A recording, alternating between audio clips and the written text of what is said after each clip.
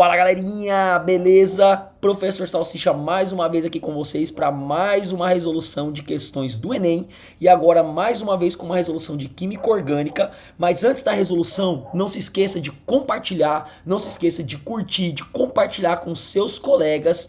Dá uma olhadinha nesse card aqui de resoluções de questões do Enem que eu tô trazendo para vocês e não se esqueça de se inscrever no nosso canal. Conto com vocês. Vamos lá para a resolução? Bora para mais uma resolução. Galera, essa questão ela fala o seguinte, vamos lá. As cetonas fazem parte de famílias olfativas encontradas em muitos alimentos.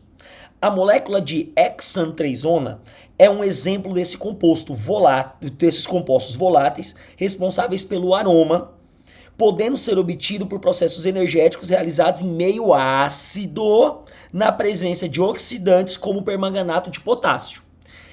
Para se produzir esse composto volátil em laboratório, deve-se oxidar a molécula D. Então vamos lá. Primeira coisa que a gente tem que entender.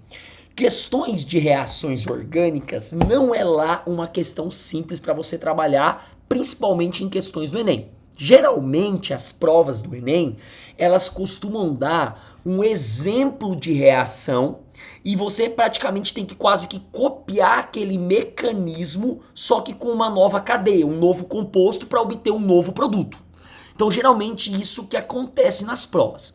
Esse daqui já foi uma questão bem específica, porque ele te deu o produto final, que é a molécula de hexantrazona. Ele falou que essa cadeia sofreu uma oxidação em meio ácido na presença de permanganato, que é um agente oxidante, e ele quer saber qual é o reagente que você utilizou para chegar nesse produto. Então já é uma questão bem mais complicada. O que você tem que entender? Quando acontecem as reações orgânicas, geralmente as reações acontecem lá nas posições específicas do grupamento. Por exemplo, se eu tenho um alceno ou um alcino, geralmente a reação acontece exatamente nos carbonos da dupla ou da tripla ligação. Quando eu tenho uma cadeia somente de ligação simples com função, geralmente a reação ela vai acontecer lá no carbono que está ligado à função. Entendeu? Como nesse caso eu tenho uma cetona e essa cetona tem a carbonila no terceiro carbono, então você vai com certeza ter um reagente que você usou que também tinha uma função no terceiro carbono. E aí quando eu olho para as alternativas, a única alternativa que tem uma função no terceiro carbono, que é no mesmo carbono que vai dar origem à carbonila da cetona, é a letra C, que é o hexantrazol. Agora eu pergunto, como é que um álcool vai virar uma cetona? Então vamos agora para o mecanismo reacional. Eu vou pegar o hexantrazol, que é exatamente a mesma substância que tem o carbono da função no mesmo carbono, na mesma posição do carbono, e vou fazer o processo de oxidação na presença de meio ácido, na presença do permanganato. Então como é que funciona? Vamos lá. Primeiro eu vou abrir a cadeia. Então o hexantrazol, ele vai ser essa cadeia aqui, ó. 3, 4, 5, 6. Deixa eu conferir. 2, 3, 4, 5, 6. Então aqui eu tenho o hexano. E agora eu vou colocar no terceiro carbono a minha função álcool. Então aqui eu tenho o hexantrazol. Quando ele sofre o processo de oxidação, o que vai acontecer? A oxidação ela vai acontecer exatamente nesse carbono aqui. Então a oxidação seria quem? Mais o meu oxigênio na presença do meu permanganato de potássio. Deixa eu ver se ele falou. Isso, ele permanganato de potássio, tá? E aí qual que vai ser o resultado disso? Então vamos lá. O que vai acontecer? Primeira coisa importante é entender que tipo de álcool é esse. Esse álcool ele está ligado a um carbono secundário. Então ele está ligado a um carbono secundário. Então ele é um álcool secundário.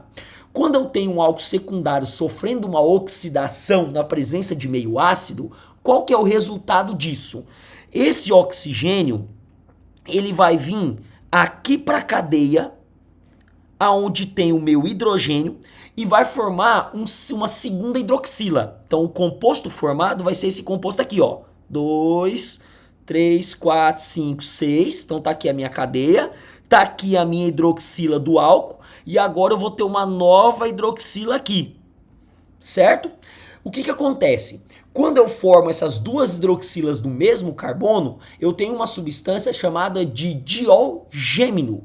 O diolgêmino, pessoal, é um tipo de cadeia orgânica que tem duas hidroxilas do mesmo carbono e ela é extremamente instável, ou seja, ela não vai existir ou permanecer por muito tempo na cadeia. A gente fala que ela vai ser uma cadeia intermediária.